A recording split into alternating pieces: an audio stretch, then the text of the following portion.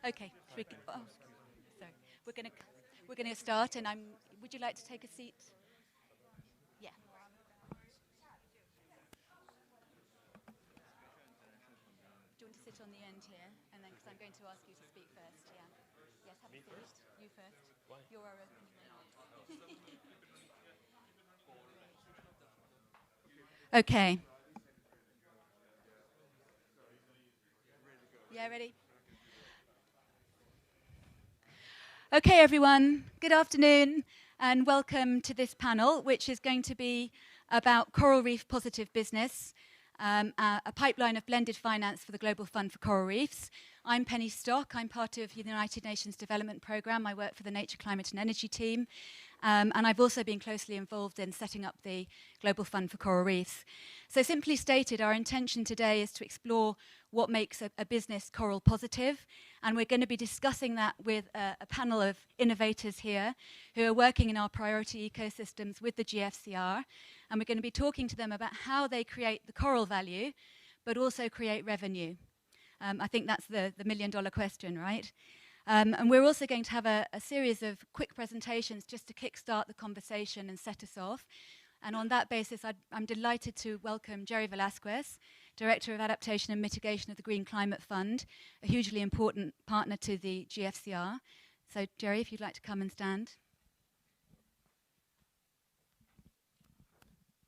Thank you very much. And I didn't know I was the opening remarks, but happy to be here. And I think the topic of this panel is extremely important. Sorry, okay, use this one. So I hope I don't have to repeat it. So thanks a lot for inviting me to this panel. I think this topic is extremely important. As you know, we are an investor in the equity window of the Global Fund for Coral Reefs. We have provided 125 million of first loss equity into the window. And it is our first and largest of our investments on the ocean. It's the first on private sector. We have 17 projects so far, close to $600 million, but this is the first in the private sector. And this is also the only project that we categorize as large. That means a total project size over 250 million. All of our other projects, 16 other projects, are below 250 million. So it shows you the impact and scale and size and the importance of this project. However, having said that, we do realize that there are a lot more opportunities for us to invest. And for that reason, that we have told everybody that we are here to raise our ambition. We're starting with ourselves. We are raising our ambition. As of now, we are part of the statistic. You know, the statistic that the investment in SDG 14 is very small. We are part of that. And we are, in fact, aware of it, and we are here to change. And we're starting with ourselves. And for that reason, we are here to raise our ambition, to invest in SDG 14, and to also use some of it, probably a large portion of it, to enable you, the private sector. The question is, how do we do that?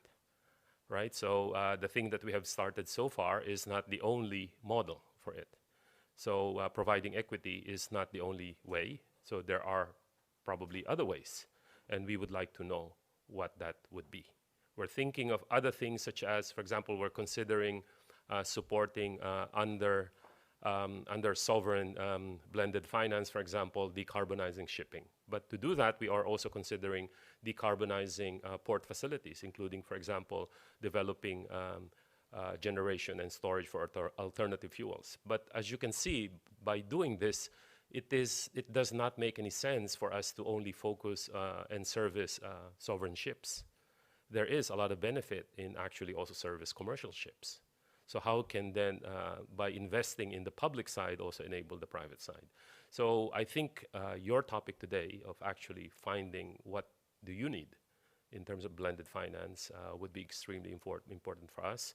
And at this very moment, we're in fact designing this fairly large facility. We hope the first project will be in Indonesia and Fiji next year. But we're looking for more projects. And if there are other opportunities that are here, especially in the private side, we are on the lookout for that. And so we look forward to working with all of you, and you can count on us. We will be bringing our capital, and our hope is to leverage our capital to take the risk from you.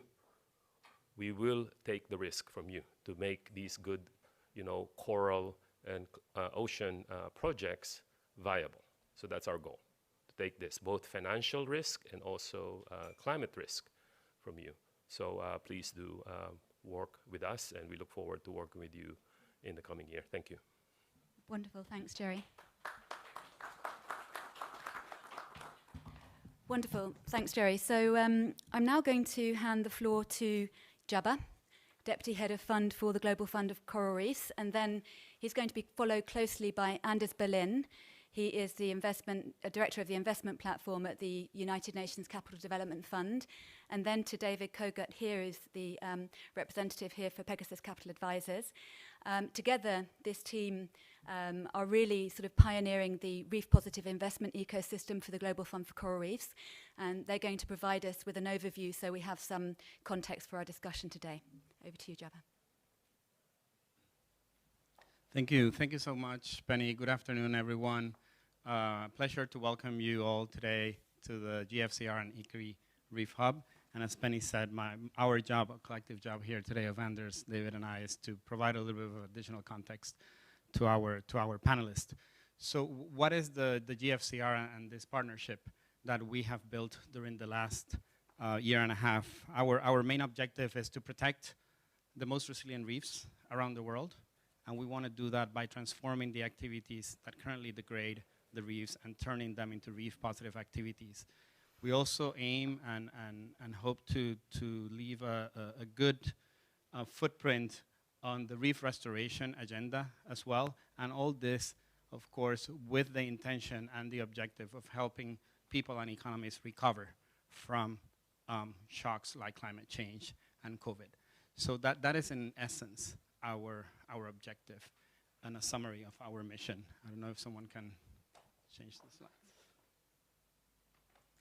So how do we plan to do that in this GFCR partnership? So this slide here represents what Penny just mentioned, which is the reef positive investment ecosystem which we are aiming to build.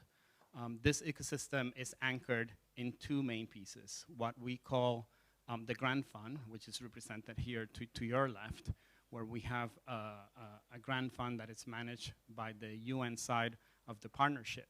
And this idea is that this grant fund is going to provide, through different programs that are being designed in the water in different countries and at the regional level, grants.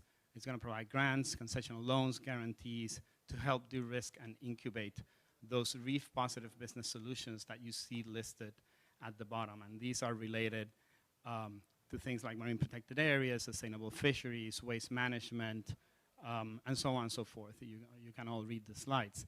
The aim here is that all of these reef positive solutions that we have here, you could say, oh yeah, but you're really working on the blue economy. Yes, we are of course working on the blue economy, but for all the solutions that we are listing here, we are linking them back to the reef ecosystem and ensuring that all those actions that are taken there are going to conserve those most resilient reefs that I was referring before. In a little while, Anders is actually going to talk to you about one of the key aspects of the grant fund, which is called the Blue Bridge service, which is essential in this process for de-risking and incubation. And then on the right side, you see represented the private sector side of our global partnership. And this private sector side is currently anchored on the GFCR investment fund that was already referenced by Jerry, into which we are extremely grateful to the GCF for the support that you are providing to Pegasus Capital Advisor and be the first to come in to the GFCR Investments Fund. So the idea is that as we de-risk and incubate these reef positive solutions, entities like Pegasus, but perhaps also other partners which are represented in the other boxes, can come into the picture and really scale up these reef positive investment solutions that we see here. Why do we need to do that? Because we need to address all these threats that are here, and everybody that is in the room probably is very much aware of the threats that are affecting our coral reefs. And just to get a little bit more into the different solutions, what we want to ensure is that our solutions, for example, in the case of sustainable fisheries and mariculture, they continue to support the communities, they secure the livelihoods, and at the same time, as I've said before, secure the coral reefs. So I think this slide really is a bit of providing you a little bit more detail of what I already explained in terms of the reef investment ecosystem. And I think here what I would like to highlight in this next slide is the ongoing collaboration that on the UN side we are having right now with Pegasus Capital Advisor, particularly now that we can really move forward with the process of the investment fund. So we are closely working on making sure that, sorry, that we can support private sector engagement, provide an enabling policy environment with scientific analysis, providing that technical assistance that is required for that pipeline development, which Pegasus and other partners will need to be in place in order for them to come into the picture. So I think with that, I would like to turn over to you, Anders, to tell us more about the role of the UN Capital Development Fund in the partnership. Thank you. Thank you, thank you, Java. And for those who doesn't know UNCDF, so UNCDF was given, it's a small UN agency, but we were given an investment mandate in '67. We actually didn't do much of investment all the way up to, I think, was Addis Ababa Action Agenda. Then, you know, management decided that let's try to be providing some investment capital especially to the least developed countries. So, and our sweet spot is really the missing middle. And I think that's really a nice fit with the context of the Global Fund for Coral Reef and the partners we have there. So the Blue Bridge is really capitalized by grants and primarily from philanthropic capital or from member states, and that's quite important. We do investments from the Blue Bridge, so it's a revolving facility. But given that there is grants, there is quite a lot of risk appetite, and we can take a little more risk than other players can do in this space. And that's important when you're looking at really new business models and in very difficult markets. So you want to have a facility that can take that risk and doesn't have a liability to pay back any investors, right? And we have a number of tools when we do that. We have, obviously we have seed grants. We want to, not use so much seed grants as we want to reduce that. We want to see capital revolving so we can have more value for our bucks. And we also have concessional loans, and we have guarantees, and we can do portfolio guarantees and loan guarantees, project guarantees, and we also have TA, and we can do some semi-equity as well, which we have done.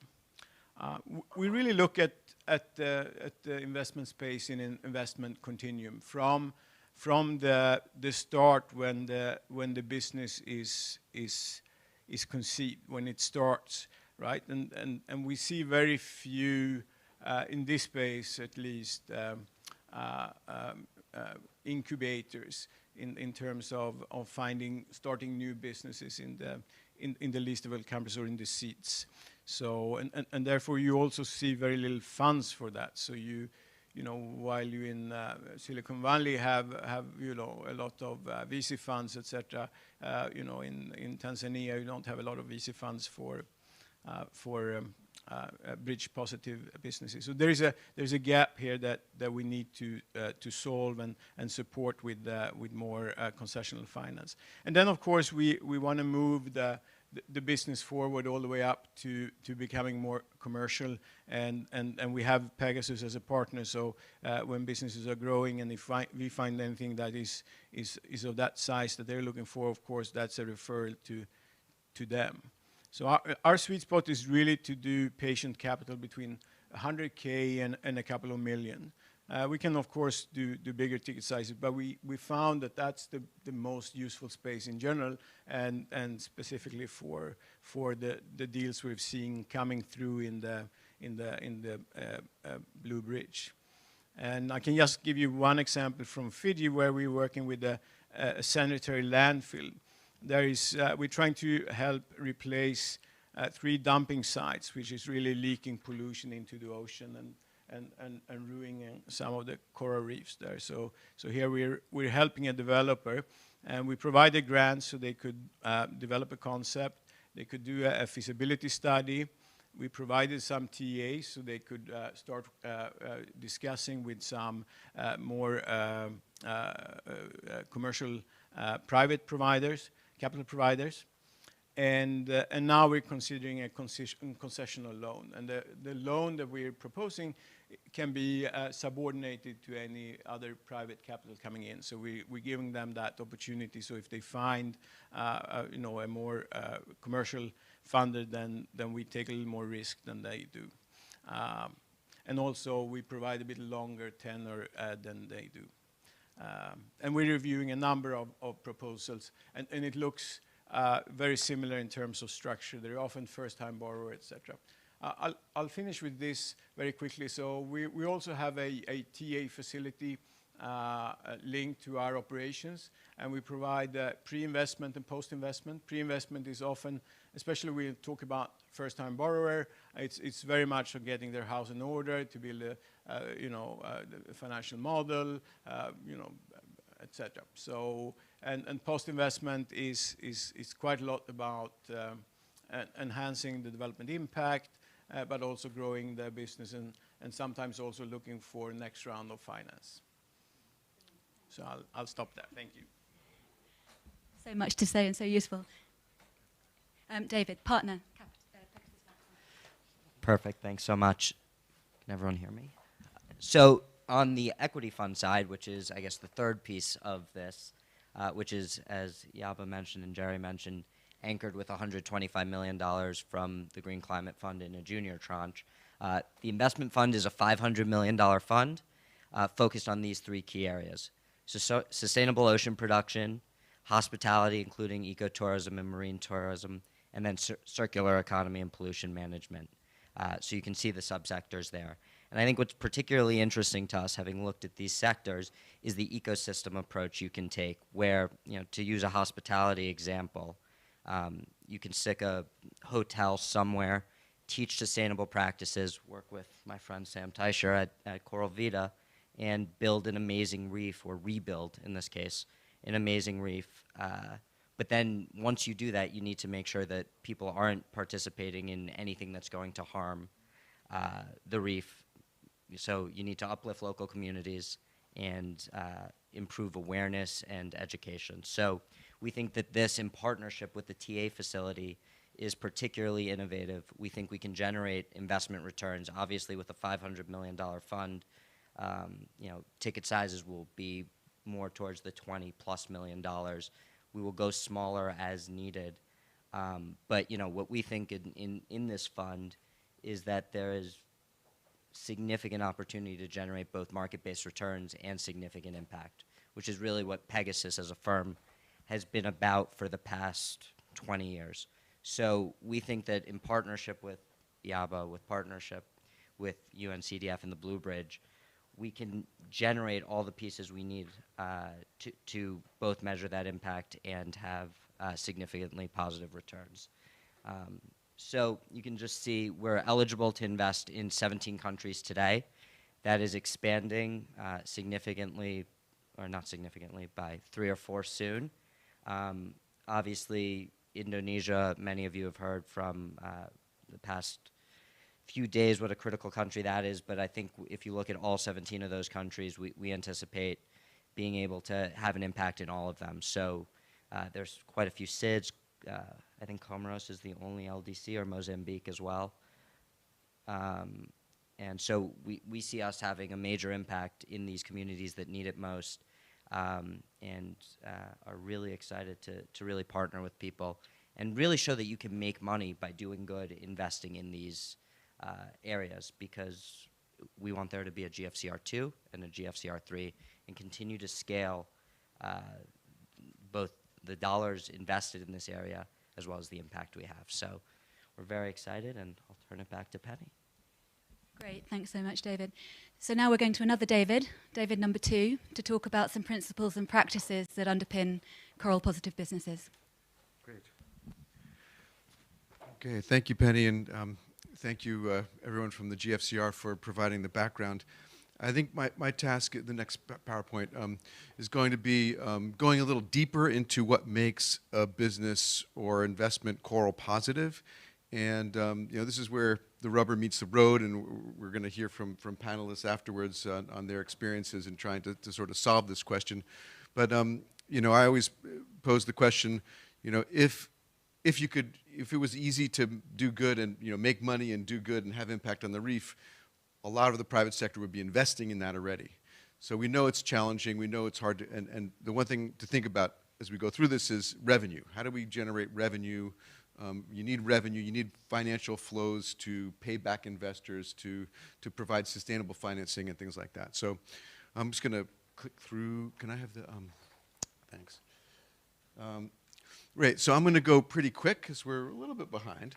But I'm going to talk about these different topics, and I'm actually not going to use that order, but I'm going to go through. So kind of a definition to start with. It's interventions, this is for the GFCR specifically, but interventions that contribute to coral reef health, coverage and resilience, support and empower associated communities, and mitigate local or global drivers of reef degradation. So, and now these are just words, but I'm going to go into a little bit of how we kind of get deeper on those in a bit. But you're looking at kind of a bit of a hierarchy here, and I'm not sure what happened there, but let's see, there we go.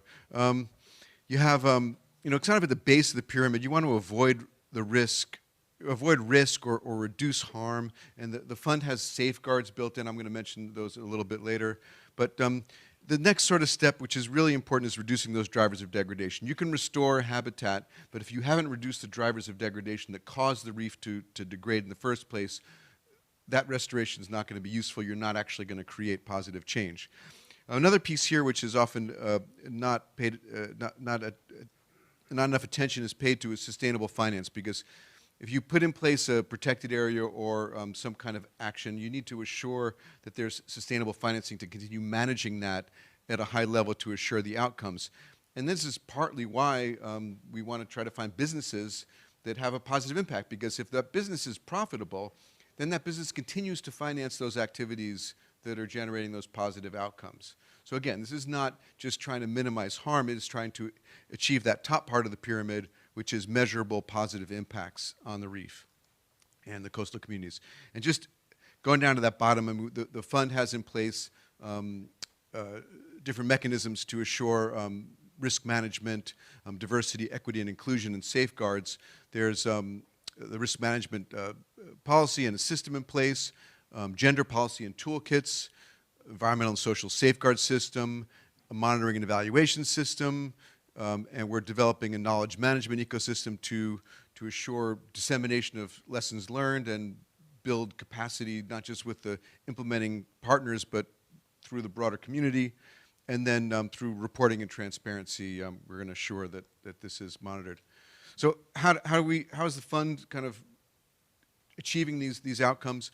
We've developed 10 general investment principles, and we've also developed some sectoral principles as well. But I mean, these are quite comprehensive, and we work together with Pegasus on them. They also have their own principles and that are compatible.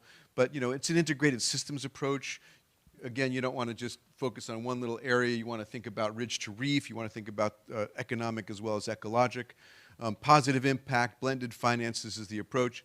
Sustainability and replication. If you succeed in one place, then you want to grow that. Effective governance systems. This is a key underlying condition. Evidence-based decision-making, partnerships, community empowerment. The social side here is critical for success. Equitable outcomes, transparency and accountability, monitoring, evaluation, knowledge, and adaptive management. So this sounds good. Each one of these has a very strong description of what it means. We have best practices we've been developing for that. And now onto the actual sort of real examples here. We've broken this up into 3 different categories, or direct conservation activities, which you'll hear about some of which today. On marine protected and conserved areas, we have Blue Finance we'll hear from. Coral ecosystem restoration and resilience. This is a direct action, and we'll hear from Coral Vita. Invasive species management is a whole other area. This is a huge challenge. You've heard of the disease that's affecting the Caribbean. There's invasive species that are hard to manage, and direct action on that could be good. Some of the indirect actions we saw from the Pegasus presentation, this is just a list of the top 10 here are, or actually the top 9 are sectors where we already have investment principles outlined. You can see, you know, sustainable fisheries, ecotourism, aquaculture. These are all ways to support conservation by really addressing those drivers of degradation and generate revenues. This is, again, you need to generate that financing flow. Now, a lot of these don't have high returns. They have medium returns or moderate returns, or require concessional financing like that the Blue Ridge provides to make them viable as investments. And especially the case, for example, solid waste, which is almost always public-private partnership management. You need governments involved. You know, but some real great opportunities include blue carbon. There's a lot of excitement around that. And aquaculture, for example. There are ways of doing it that are positive to the reef. There are ways of doing it that are harmful. And so it's really important to approach it following the different sectoral guidelines we've outlined for that. And not to forget those sustainable finance mechanisms. A lot of these can generate long-term revenues. If you've heard about the Belize deal recently, it's fantastic with debt conversions and a lot of money going to not just reduce Belize's debt, but also finance conservation for the long term. Other forms of sovereign blue bonds, blue carbon, insurance products, again, an area that has great opportunity and will be integrated further into the project. Trust funds and a lot of need for incubators and technical assistance facilities to build that pipeline and share knowledge learned. And there's other approaches. We also heard today about the Enduring Earth project with this project finance for permanence. Again, potential for achieving, they're integrating blended finance into that project, and it's really interesting to see that. A couple slides to finish up. This is sort of reflecting on what David was saying about sort of you have say a core hotel or asset. You could invest maybe in a seafood company. For these large investments, you're investing pretty far up the supply chain. So think of how do we have that impact on the reef?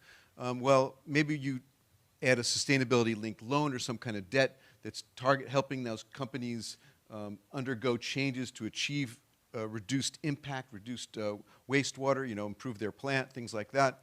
Think about those sustainable supply chains.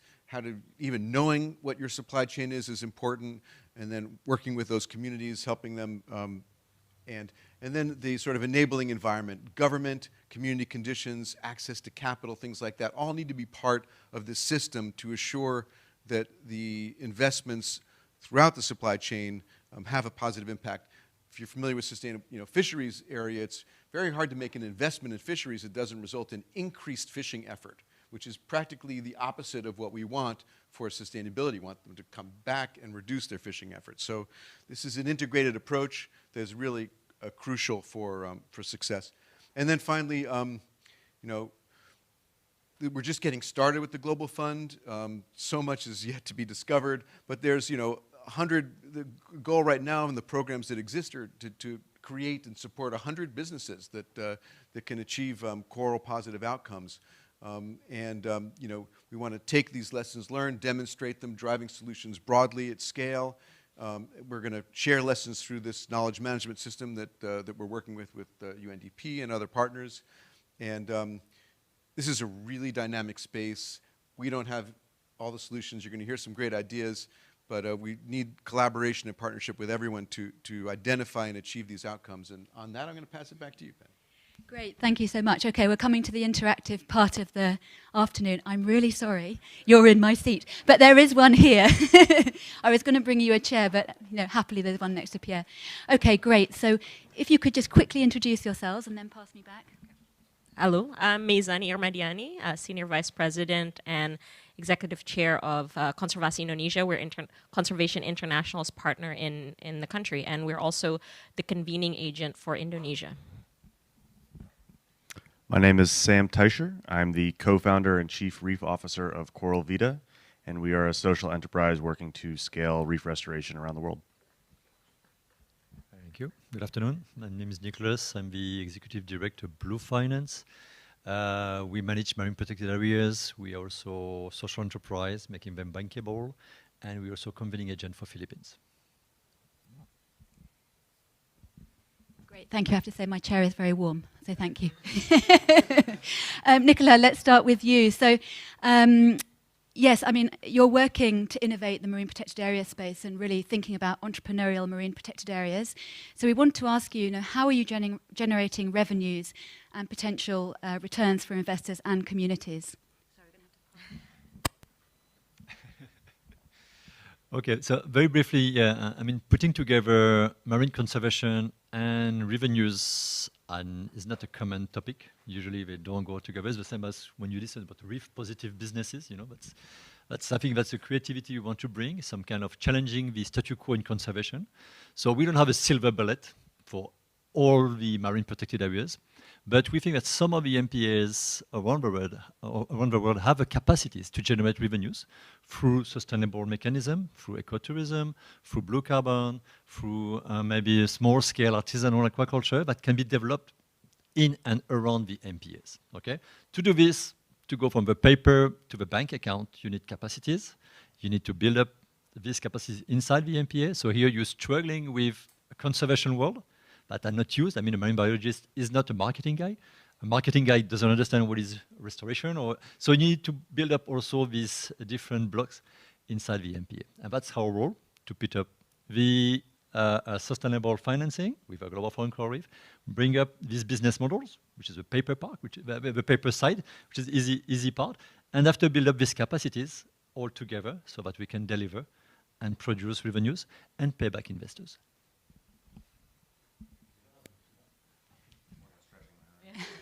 We're working you, Sam. You're going to be very fit by the end. Okay, so Sam, well, first of all, congratulations on the Earthshot Prize. Obviously, that was an incredible achievement. So selling reef restoration as a service, can you explain to us your business model? How are you going to create revenues from reef restoration? So I'm just going to quickly start by saying an elephant in the room, which I think everyone here probably acknowledges, but the best thing to do for coral reefs is not to restore them, it's to stop killing them. So while we need to rapidly scale up restoration, it's also not a silver bullet, and we need to solve for climate change and habitat destruction. I've been a diver since I was a kid. Coral reefs should be protected for the sake that they're amazing and wonderful and important in their own right, but recognizing that, unfortunately, that's not the world we live in.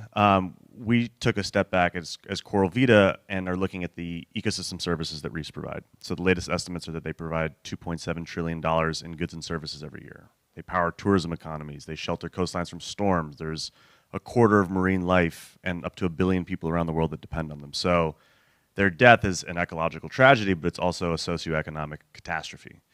And what we're looking at is having once upon a time worked for an NGO, and very gratefully got a grant from the UNDP to do a very small scale project. That funding only let us grow a few thousand corals once, and then the funding expired. And often that is how a lot of people get these projects funded, and given the scope of the problem, that's not going to cut it. So our thought was that we have, to answer your question, 4 main pillars to the business model. So restoration as a service, ecotourism, brand partnerships and sort of adopt a coral, and then conservation finance.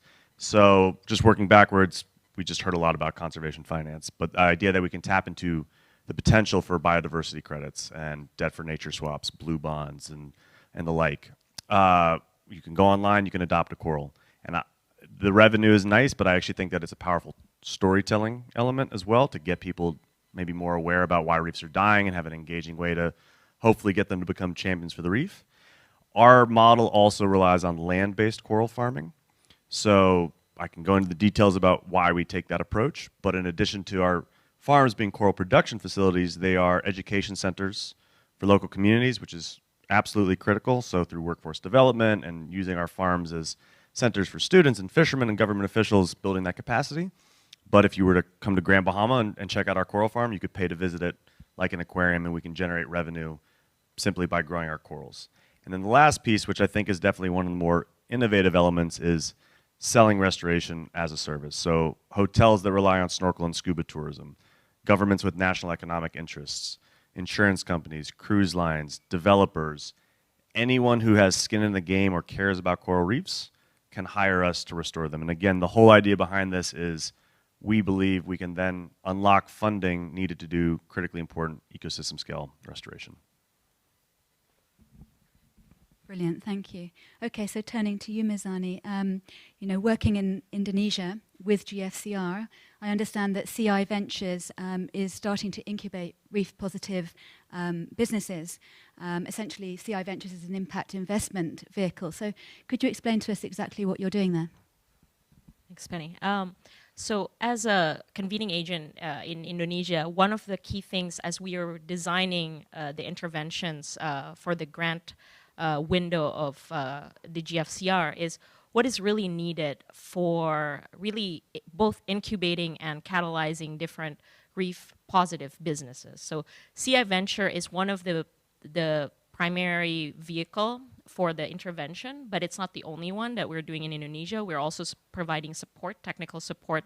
I will talk about that in a bit. But CI Venture is essentially a venture capital that we have that has a track record worldwide to both incubate startups and small, medium enterprises that benefit planet-positive businesses. But in Indonesia, with the GFCR grant window, one of the things that we're doing is to really design this in a way that will look into investments for coral-positive businesses. So in areas that we focus on, so primarily in the eastern part of Indonesia and also in the Lesser Sundas, we look upon what types of businesses can really support positive coral reef development and looking for different types of different financial vehicles that can support this, right? So also we're working with the GFCR equity window as well. So really ensuring that with the GFCR investments in the country, we can provide different types of support, both on the technical assistance part, business incubation for smaller businesses and startups, and then really going into the enabling conditions for larger types of scalable businesses that can really make the ecosystem more supportive for coral positive environment. Great, thank you, Ms. Nani. Okay, so we go back to you, Nicolas. You know, I think it's going to be really interesting for people to hear about some of the challenges that you've been facing in the work that you're doing. I mean, obviously you're working in Fiji. You're working with Vanille here in the Fiji program. Philippines, I think, as well, other countries. So what are the major challenges that you're facing? How long do we have? Okay, I will pick up one. So I think it's, okay, we work in Fiji, we work in Philippines, as you know. But I would like to take Belize, because Belize has been already deployed. We are already working there for a while, and I think it's a good proof of concept. We're not talking about future revenues, but something already happening with the marine protected area there. So let's pick up one challenge. I would say communication is really an important challenge when you put together funders, impact investors, grantees, marine biologists, financials, to put all of this together towards the same goal, which is, okay, we're going to structure the MPA, we're going to make it bankable, so in 3, 4, 5 years, you will be financially independent and don't depend anymore on grants or having to ask money every 2 years for your staff. Everyone agree around the table, but how do you get there? You have to change some of your mindset. So that's part of the process. I think that's a human challenge. I would say blended finance is a new concept. We will see it later in the other panels. Putting together an impact investor coming with a commercial mind and a return and some objective of sometimes maybe even double-digit returns, and putting an MPA in front of it is like, oh, no, it's not going to work. So we have to educate the investors. We have some of them here on the table. We have to educate them and explain them this is impact first. This is not for return. This is impact first, but we're going to pay you back. So there's a financial discipline that we are bringing into a world of conservation. So I'm coming back to my main topic, which is challenge the status quo. We need a new kind of conservation. We can't do the conservation that has been done up to now. We can't be depending on grants. We can't be depending on every 2 years asking for money to philanthropic. We need to find new models. Okay, this new model doesn't mean that we have to reinvent the wheel. We can do business for good. We can use social entrepreneurship, and I think that's part of a challenge what we are facing. We are demonstrating this is working today. Even 2022, we were not supposed to produce revenues because of COVID. We decided to launch it, and we are already financing more than 25% of the needs of the MPA in terms of budget. So we are proving it, that it's working. Okay, and we have 10 MPAs in the pipeline, already 5 actives. So yeah, we're ready for action. Thank you. Great, thanks, Nicolas. So Sam, next hot topic for you, next hot question. Are you planning to scale beyond the Bahamas? Does your business plan take you beyond Bahamas to other countries? You know, and how are you essentially planning to take your business to scale?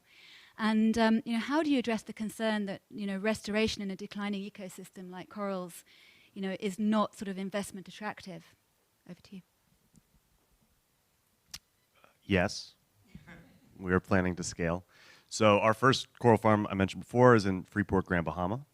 Our vision, which was always granted a big one, but there needs to be, in our mind, large-scale land-based coral farms in every nation with reefs around the world. And there's an entire restoration economy that exists beyond coral vita, beyond coral reefs, mangrove, seagrass, where local communities are being invested in, the ecosystems are being invested in, and all the benefits that nature provides can be preserved into the future. Working backwards from there, as we continue doing the work in the Bahamas, we are thinking about where the next farms are going to be. So our model is evolving.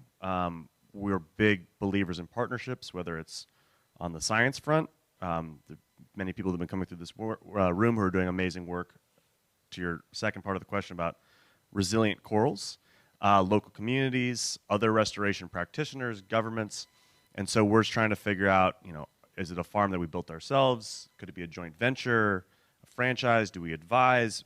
What matters is that restoration is being scaled, whatever our role may be in it. And so we're looking in a few different countries right now across the Caribbean, as well as in the Indian Ocean and the South Pacific. So we're excited about what comes next. We're probably going to be raising next round of investment early next year, which also can hopefully help with research and development in addition to scaling, which to that second part of the question, why plant corals if they're going to die, is kind of what often gets put forward. And it's an important question, which comes back to what I said at the beginning. Let's solve for climate change. If we hit carbon neutrality tomorrow, which isn't sadly going to happen, but let's just imagine it did, the oceans are going to keep warming for decades, and we're not hitting our climate goals. So we need to come up with adaptation and resilient solutions as we push forward on mitigation. So there's a lot of scientists around the world who deserve really all the credit on this front when it comes to trying to figure out ways that corals can better survive climate change. It's a field known as assisted evolution. I won't go into too much details because of time. We mainly focus on acclimating the corals, so our land-based farms, for lack of a better expression, we can give corals the spa treatment, or we can take them to the gym. So we can make it just the way they like it to optimize for health or growth, or we can mimic future ocean conditions and stress harden the corals. Also, not every reef can be restored. Hotel might say, we want to, and this happened actually when I lived in Mauritius. Hotel was like, this is a no-brainer. We want to bring in snorkel and scuba tourists. We can market this, but next to their beach was a river, and upstream is a textile factory. And there's not a single coral we can plant that's going to be able to deal with that. So site selection and a range of other factors come in to mitigate those risks. But we're working towards that, and excited for what's to come next, as we also continue doing the work in the Bahamas too. Great, thanks. And Mizani, turning back to you.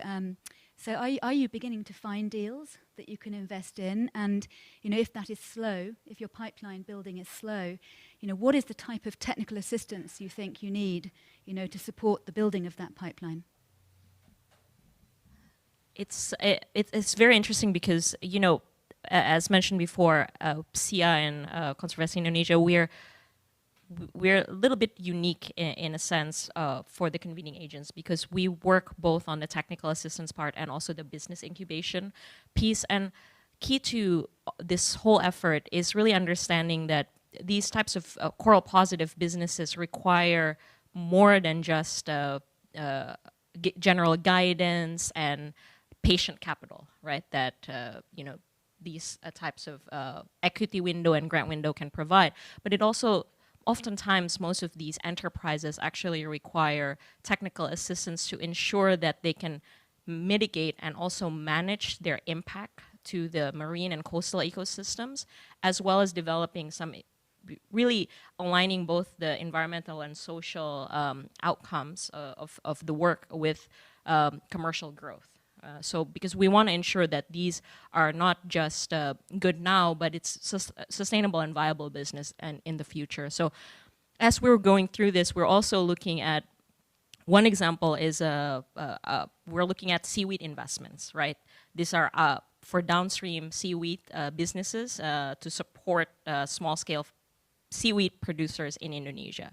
So the types of technical assistance will be different for seaweed developer downstream than it would upstream, right? So we're looking into both in the first stage of the grant window, we're looking into developing some baseline assessments as well as really understanding what is the best, the world-class business practices on environment and social for these types of businesses, and aligning that with the GFCR impact indicators. Because we want to make sure that we develop indicators and also impact measurement that is contextually appropriate and that could help generate more positive outcomes in the future as well, not just for the pipeline that we have, but also for others.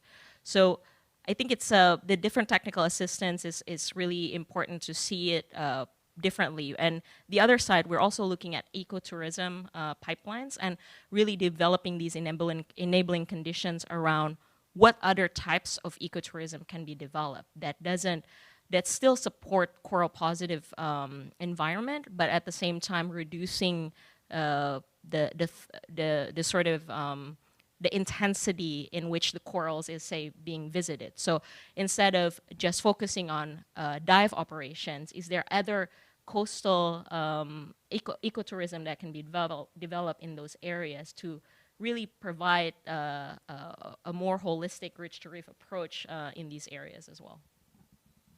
Great. I wonder, Anders, if you just want to also talk a little bit about the Blue Bridge and what you're seeing in terms of technical assistance and the needs. Maybe you would like to just chip in? Sure. Very briefly, I think many of the companies that we're seeing, I think we were hoping they were a little more developed than they were. So I think what we're trying to help them with is really grants, seed grants, so they can plan and build a business model and try to see if they can find a commercial viability in that, right?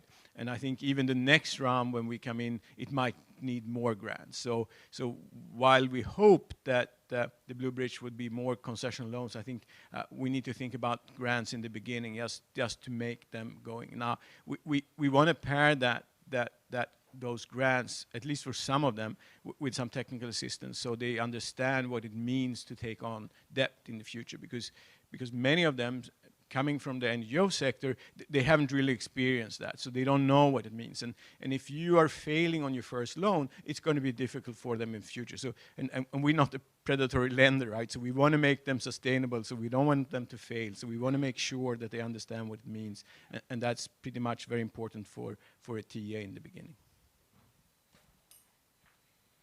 Great. I think we've got time for one more question and then we'll open it up for Q&A. So Nicola, back to you. I mean, I think it's worth talking about the enabling environment, particularly in terms of marine protected areas. So can you explain to us how you're working with the local authorities and the communities to actually, help them be part of the entrepreneurial, marine protected area space? How are you engaging them? How are you aligning with their priorities? And how are you generating benefits for them? Okay. Yeah, I think from our side, as I mentioned initially, we don't have a one-size-fits-all for all the MPAs, but we have really 3 criteria that we apply to all our 10 MPAs that we're working with, these 10 famous bankable MPAs. The first one is really the long-term concession with government. Okay, we need a clear mandate to have a management concession, management lease, co-management, whatever name you put, that says clearly to this local entity, me government, I'm delegating the day-to-day management to this entity. So you can see at least during 10 years, this is your responsibility. You can invest, you can recruit. Belize, we have 25 permanent staff. Philippines soon, with Global Fund Coral Reef, we will be increasing up to 30 people. So all this staff has to be there, and they have to be there for a long time. We can go on a 1 year or 2 years. So that's the first point we negotiate with government, and that takes time. That's very frustrating. We're very happy now to have this part behind us. So we have 10 projects where we have 10 long-term concessions from governments. Government says, okay, I'm giving you the keys of these MPAs. You're going to manage them on our behalf. I will keep the regulation, government. As government, I keep the regulation and enforcement, but you do the day-to-day management. So that part was a key point. It's a PPP, it's a public and private partnership, very clear. Whose role in doing this? It's the same with communities.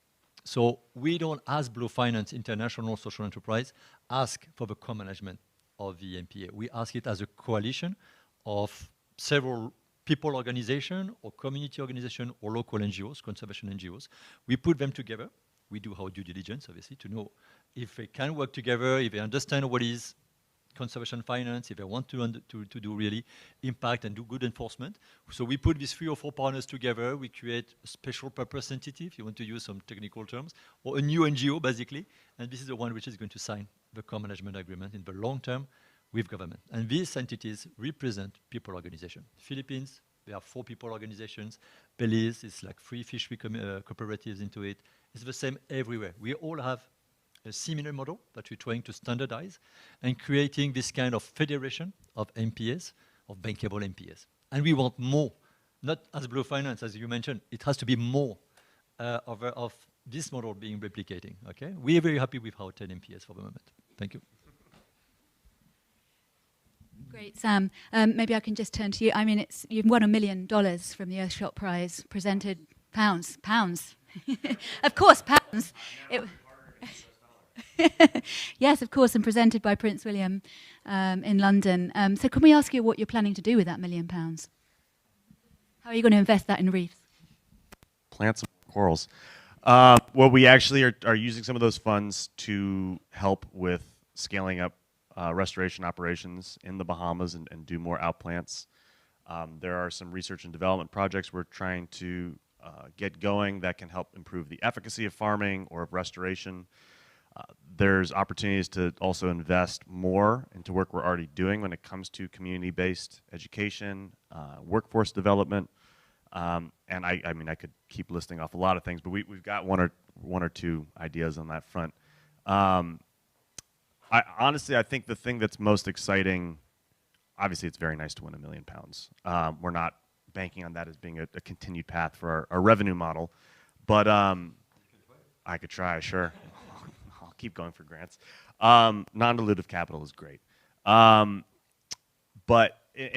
what the Earthshot Prize, I think, is most exciting, and it's not just for the winners, but all the finalists, is that they have a number of partners in the philanthropic world, some of whom are supporters of the Global Fund for Coral Reefs, like Bloomberg Philanthropies.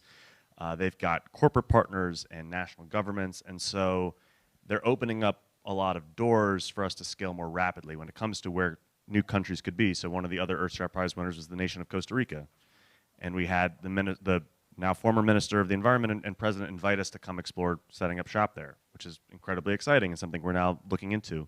We're connected to the Maldives and other places. And so from that to pro bono services from major companies like Deloitte, helping us do very firm economic analysis that our small social startup wouldn't be able to do on our own quite yet.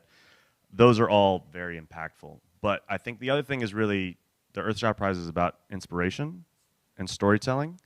As I said at the beginning, we're not a silver bullet, but the idea that people anywhere can create solutions to address so many of these problems, I think is really impactful, and I appreciate this is probably one of the stranger sentences that can come out of my mouth, but that we had the opportunity to take Prince William and Kate to plant corals was amazing, and beyond Coral Vita, again, because they are shining a spotlight on coral reefs. Not just on restoration, but on the threats that they face and how important they are. And that, I mean, that you have someone of David Attenborough's legacy telling that story alongside, again, all the other solutions and finalists and issues, I think is really incredible. So it's a very exciting time, and we're definitely looking forward to putting those pounds to work and scaling up and working collaboratively with people in this room and really all around the world to help take care of reefs. Yeah, brilliant. I was watching the Earthshot Prize live, and actually I just did jump up because the fact that Coral won, you know, was such a major positive. It was a, you know, a real moment of narrative shift where globally, you know, a lot of people watching the television could learn about the challenges for coral. So, you know, congratulations again. So, Mezani, a last question for you. I mean, let's talk about impact and impact for your investors, you know, and how important impact is for them in terms of, you know, the impact on the reefs and impact for communities. Do your investors care? Yes. We are an impact first fund, so really developing these impact indicators that is contextually appropriate is key, right? And I think for us as well as an NGO, it's not just about our fun.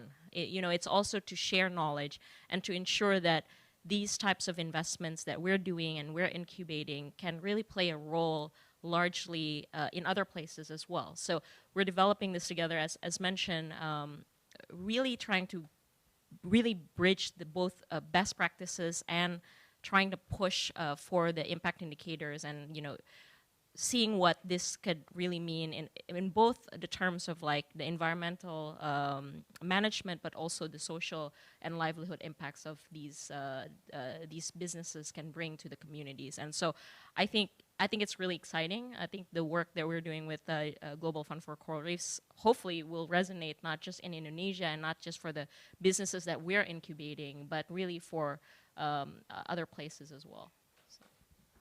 Great. Okay, I'm just going to, David, if you don't mind, one last question for you. I mean, I think probably everyone sitting here is listening to that sort of $20 to $50 million potential investment, you know, scope. What would be great to hear from you is, you know, how do you think that type of large ticket investment can drive, you know, replication and innovation in other businesses that are perhaps smaller or equally large? You know, how do you see, you know, yourself impacting the wider ecosystem? Sure. So I'll be brief, but look, I think you start with one example and everyone can replicate it. I mean, it's take an eco-lodge again, and forgive me for focusing on hospitality. I've just spent a lot of my career in it. So if you can make a hotel net positive energy, if you can show that you can restore the coral, teach the people. You know, look, one of my favorite conservation models is actually in Rwanda, where ex-gorilla poachers, I'm sure many of you have seen gorillas in the mist, they had a massive problem there. They're now porters who are carrying, helping guide people up to see the gorillas that have been habituated. And there's a new economic model that they've seen that the gorillas are more valuable alive than as bushmeat or whatever else. So I think using individual companies, and yes, it might be 20 million, it might be 50 million, as an example that others can replicate. We don't want to own the IP. We want everyone else to be able to do it. Can really be a powerful solution. Look, we'll do smaller deals too. You know, I'm sure I'll talk to Sam when Coral Vita goes to raise that money. But and obviously I think the reason I say 20 to 50 million is just being realistic about deploying $500 million. But I think, again, one of our most powerful tools is if we can show you can make money in this area, 500 becomes $1 billion, which becomes $2 billion, and not only that, other funds will pop up and want to invest in the oceans and see you can do it in scale, and we hope we're joined by many other funds. So, you know, it's on us. Great, yes, the power of the demonstration. Okay, so I think we're ready for some Q&A. Have we got any hands? Yep.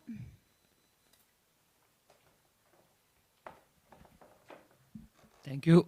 Hi to everybody. I'm Simone Montano. I'm a researcher of Milano Bicocca University in Italy and the vice director of Marine Field Station in Maldives. And I do coral restoration. I have a lot of questions. Many questions, but I want also open a discussion that came in my mind thanks to the panelists, because I agree 100% that probably we have to change our mind to think other models to get and use funds. But by contrast, I have also some small concern, and I hope that some of you may help me, because I didn't see any single words related to science or technology during this discussion. And my question is, isn't there any concrete risk that this change in our behavior may also cause wrong decision in conservation, next conservation strategies? So what I mean, I don't know if something clear is maybe just only investing to getting back some things is not always, I don't know, following the science sometimes, because it's a loss of money sometimes. Thank you very much. An extremely valuable question. You know, how are these decision makings? How are these businesses built on science? And in the coral context, which is so, you know, precipitous in terms of its decline. A great question. Jabba, you wanted to answer? Sure. Thank you. Thank you very much for that question, which very valid question. And perhaps as we were focused on the business model part, we forgot a little bit of that other part. But first, in terms of the design of the GFCR, a key piece of that design is science. So the design of the GFCR was science-based. We used the 50 reef studies to do the initial identification of which were the places in which the GFCR needed to work. But of course, we know that the 50 reef studies may not have all the information and all the data that we need. And that's why we partner with the colleagues that you see here in the panel. So because, for example, Conservation International, they have a lot of science of their own that then they can use to refine where exactly should we work with them. So that is the science part, approach in terms of the design. In addition to that, one of the things that we are doing with one of our UN partner agencies, UNEP, the UN Environment Program, is that they are helping us build a very robust monitoring and evaluation framework and system. Why? Because we want to make sure that we are having that positive impact on reef conservation. And the way that we are doing this M&E system is actually in partnership with Pegasus. So it's not only about what the grant funds is going to finance, and we monitor the programs of Nicola and Meizani and the program in the Nature Conservancy in the Bahamas with whom Sam partners. But we are also partnering with Pegasus to make sure that we have a common approach to M&E. And to your last point on doing harm, David mentioned it briefly, I think, in his presentation. We are also actually about to approve in a more official manner our safeguards policy, our gender policy, and our risk management system. And that process of building those three aspects of what we call our policy architecture, we are doing it together with Pegasus. So we are bringing a common approach to address those three areas that you highlighted. Thank you. Great, thanks, Jabba. Would any of the panelists like to also chip in on science? Or? Yeah, it wasn't really, I guess, time for the sake of the other panelists to dive into it, and would happy to have a much longer conversation, but everything we do is based on sound science. One of our original advisors was, tragically before she passed away, was Dr. Ruth Gates, who is the president of the International Society of Reef Studies. It's not just great job, we planted 10,000 corals. What does that actually mean? So my team is wearing the scuba suits right now, and after we plant the corals, how many survived? What are the changes in marine life, abundance, and biodiversity? Was there a reduction in wave energy? What are the ways that we're tracking mortality? And having both the sort of science in the farming, in the restoration, it's very much part of the process and who we are. You can't do this without sound scientific principles. It's the same thing in terms of when I mentioned you can't restore every reef, so we would do science-based surveys to determine is this optimal water quality conditions to do that kind of work in. Only other thing I say is the head of our aquaculture team is a coral guy from Milan, so it's a good team out there. You know, Amir? There we go, of course. Yeah, on what we're doing also in Indonesia is, you know, as mentioned by Yaba, we're actually catalyzing the science, the innovation, the policy knowledge and network that we have both in Conservation International, but also with other partners, right? Because we partner with industry and market players as well. And in the seaweed sector, for example, one of the things that we're going to do is, apart from creating baseline and understanding about best practices, we're also going to look into the types of seaweed that can be planted that's more resilient in the future, that's native in these areas, and how do we actually incubate, you know, better understanding and creating understanding around, you know, the future of seaweed, right? Not just the seaweed that's typically planted now, but how do we create other types of activities that's more resilient in the future. So that's closely relating to the coral reef health in those areas as well. So there are a lot of different types of how to integrate both science, and then we talk also, you mentioned also about technology, and some of the, you know, in the past and actually still in existence, some of the investments that we have incubated through CI Ventures is around technology providers, both in aquaculture, in different types of technology players worldwide, as well as in Indonesia. So I think those types of work is key to be integrated. And Global Fund for Coral Reefs is a big part of this sort of catalytic investments within the space, and it's providing different types of, as mentioned by Yaba and David, different types of sort of interventions and investment vehicles. But the idea is also to expand the network, right? It's not just GFCR, but we are actually expanding this to really integrate different parts of ocean investments and technology and science into the mix. Thanks, Mezani. Cedric? Thanks, Penny. So we're working on large reef restoration and adaptation in Australia, but my question is about how the funding environment or the funding space is dedicated or focusing on translating or forcing large groups like mine or helping large groups like mine to actually transfer that information and knowledge to smaller groups. And I know that it's built in within CORDAP, I think, in a very smart way, but there are other groups out there that do research. I absolutely applaud all the groups on the ground that are doing that at the community level. The more of those, the better. It's the infrastructure of the future. We know that it will be place-based, so we need these groups to actually grow, learn, and be more and more efficient. So absolutely, I mean, that news about Earthshot was fantastic. It's the right mix, it's the right match.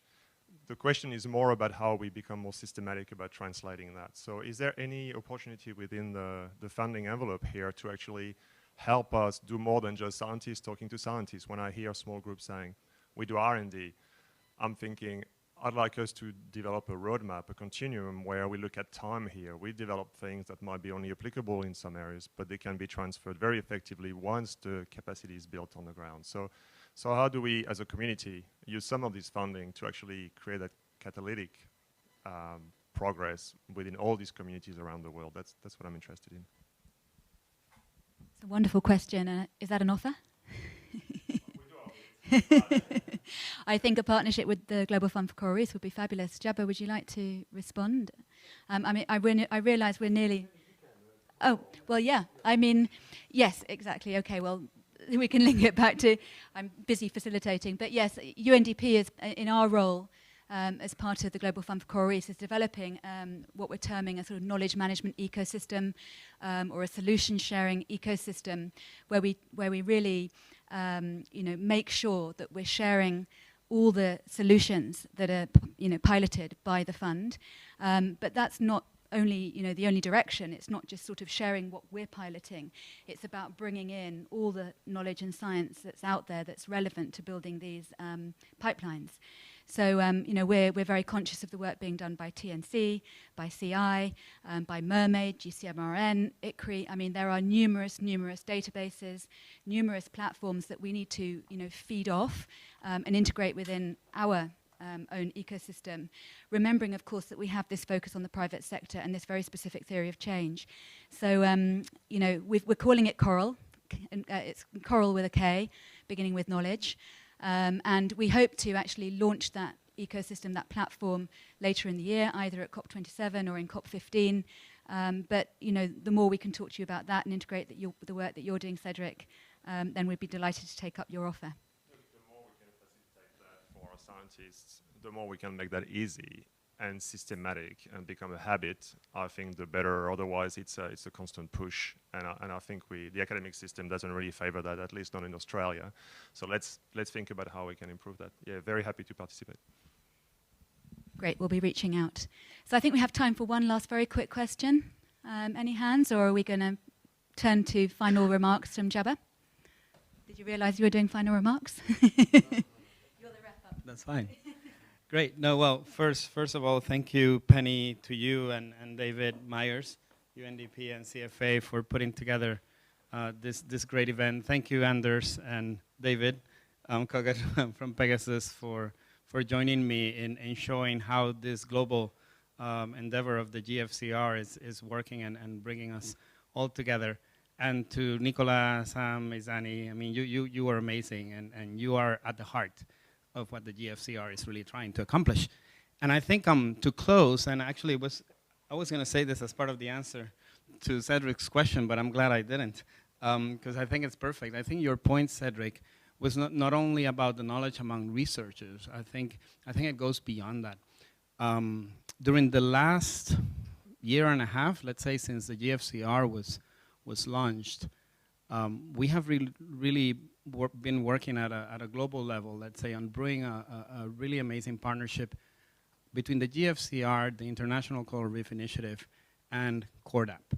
And why do I think this is important?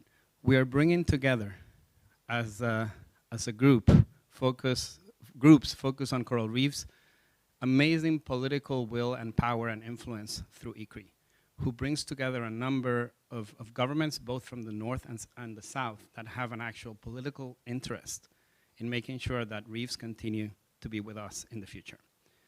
We are partnering with CORDAP, that has amazing research capacity and knowledge about coral reefs. And without their science, we cannot really have this global partnership on reefs be successful. And through the GFCR, with our demonstration approach, we are bringing then the example of how then financing can really support all of this, the political willingness, the research that is being developed by the scientists, and really scale it up. And I think that's really, those three pillars are what are going to make this work. We need those three elements to be successful. So we cannot work, the politicians cannot work by themselves, the researchers cannot work by themselves, and us on the financing world cannot work by ourselves. But we cannot stop at the global level. We need to work with these guys all the time, because they are on the water every day with the local governments, with the communities, making this happen. Thank you. Great. So I think, Sam, you wanted to say one final thing? Just one thing, because I do appreciate the love, but could everyone who works on coral restoration and science just raise your hand real quick if you're in the room, because I know there's more people besides me. So yeah, if you're interested in what I'm doing, you should also talk to them too, because there's a lot of us on this, and we're all in it together. So. Great, and thank you to our fabulous panelists and to our speakers and to all of you for coming. We're really grateful for your participation in this event, and we hope to see you again. Thanks.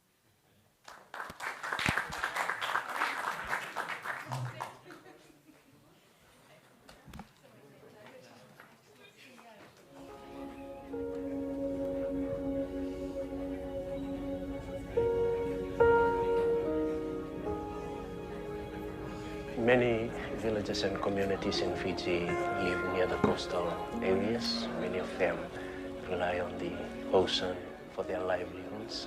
When we used to go out to the ocean, we step on the seashells, sea slugs, seaweed around the place. Today, we go to the same place and it's not there. A populations of fish has been severely depleted. On the Shark Reef Marine Reserve, which is a protected gazetted site, we're seeing nothing.